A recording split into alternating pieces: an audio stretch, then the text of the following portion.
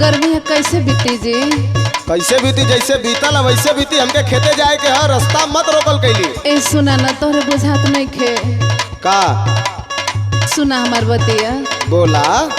महुआ जैसे चुहवेला पानी, अरे महुआ जैसे चुहवेला पानी, बर्फ जैसे गलेला जवानी।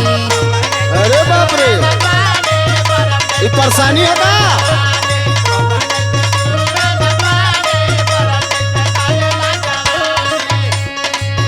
ए राजा जी, हाँ भीग जाता सगर बदान, दिन दिन दूना बढ़े परेशानी। भीग जाता सगर बदान, दिन दिन दूना बढ़े परेशानी। त महुआ जैसे चुहवेला पानी, बर्फ जैसा गलता जवानी।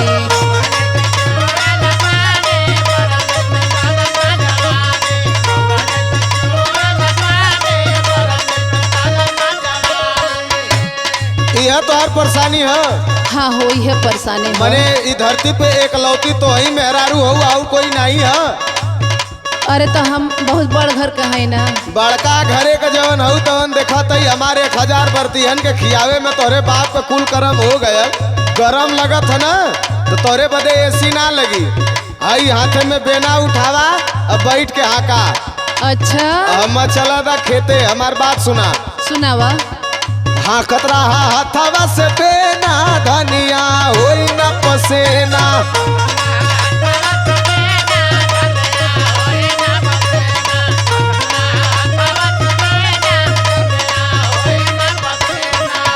अरे चैत के महीना बा, पता हमारा तुमाना हसीना।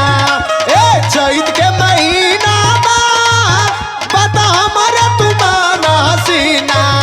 अरे हाँ कतरा हथवा से बेना, धनिया होई ना पसीना। हाँ कतरा लोहे लोहे हवा लेत रहा।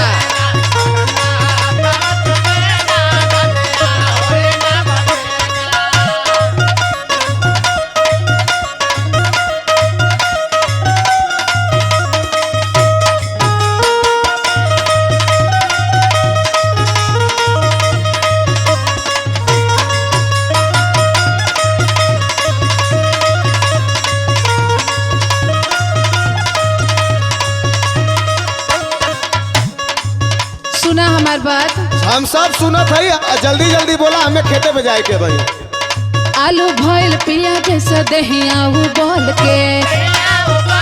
अरे बाप रे बाप, जना था नहीं अरे में खाली एसीए तोरे यहाँ लगल है। हाँ हो लेला एगो कूलर पिया जी हो चल के। पैसा ना हम ना ले, अपने नैहर से मंगवा ले। राजा जी ऐठ मत कैदे से बोल।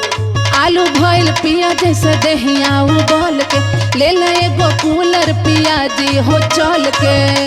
ए हाँ अरे चैत महीनवा के दिन मुश्किल से काटतानी। चैत महीनवा के दिन मुश्किल से काटतानी। महुआ जैसे चुहवेला पानी, बर्फ जैसे गलेला जवानी। अब चाहे मुश्किल में काटा चाहे बढ़िया से काटा, एक कटा ही के हो तो।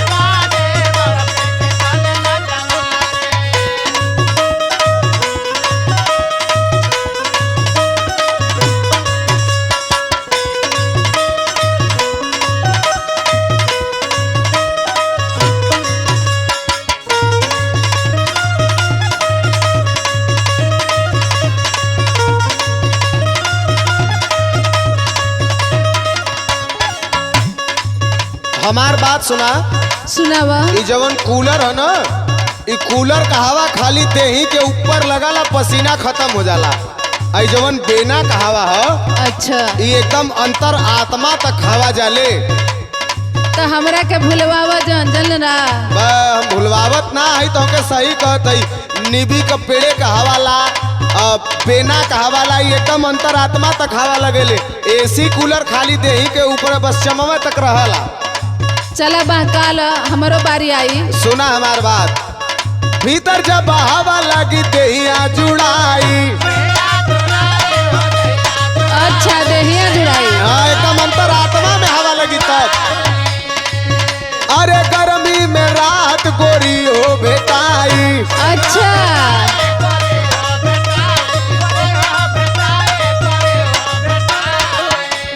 भीतर जब हवा लगी देहिया जुड़ाई, गर्मी में रात गोरी हो भेटाई। अंकित प्रमोद आगे जिद तोहरा ये गोरी चली ना। अरे अंकित प्रमोद आगे जिद तोहरा ये गोरी चली ना। कतरा हथवा से बेटा धनिया होई न पसीना।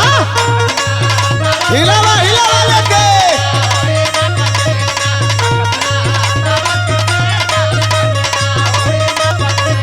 महुआ जैसे चूहेला पानी, बर्फ जैसे गलेला जवानी। कतरा हथवा से बेना धनिया होई न पसीना। महुआ जैसे चूहेला पानी, बर्फ जैसे गलेला जवानी। कतरा हथवा से बेना धनिया होई न पसीना। बेना हिलावा। चलो ठीक है समझौला।